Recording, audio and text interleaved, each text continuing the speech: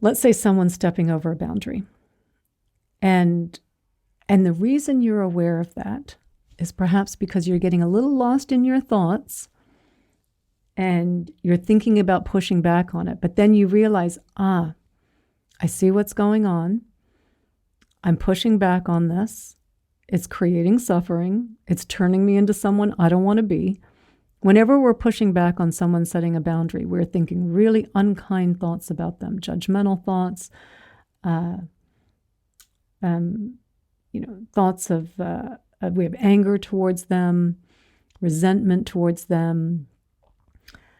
And that's what we're doing. That's what we're doing, is thinking really horrible thoughts about another person because they've stepped over a boundary. And we don't want to say something because we fear what they might think if I were to speak up for myself. So I will give that there can be a little bit of usefulness in there, in the recognition, like, okay, I see what's going on. I need to set a boundary. But then you've got to come, so maybe there was that little bit of usefulness, but the ego will stop you from setting the boundary. Because then the ego will say, well, you don't want that. What will happen? What will they think of you? What will everyone think of you if you tell this person that the way they're interacting with you is inappropriate? Or if you cut this person out of your life because you consider their behavior to be toxic, what will they all think of you? What will they think of you? And so the ego will stop you, though. So while it can alert you to something, right? Because we're not trying to turn into doormats here either and just say, oh, well, just nothing bothers me, and it's okay if someone treats me poorly. Like, no, it's not. In fact, because I just went through this with someone twice in the last week of having to set some boundaries. And just that noticing, oh yeah, there's some aversion there, and realizing, yeah, the solution is I need to set a boundary. But now I've got to take that little voice and come out of it, because it will not let me make a boundary.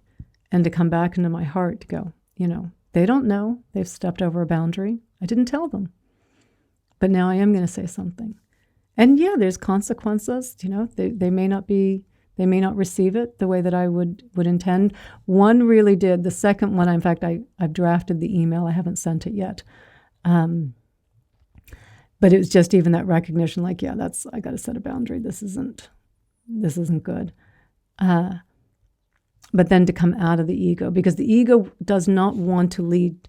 The ego never wants us to come to the end of suffering, right? It exists in suffering and dissatisfaction. If I take an action that's going to be skillful and wise and do it in a wise and compassionate way, well, the ego's like, well, where's the room for me in here? I can't keep pushing back on this. No, you can't. I'm going to take care of it, right? So I will give a little bit of that.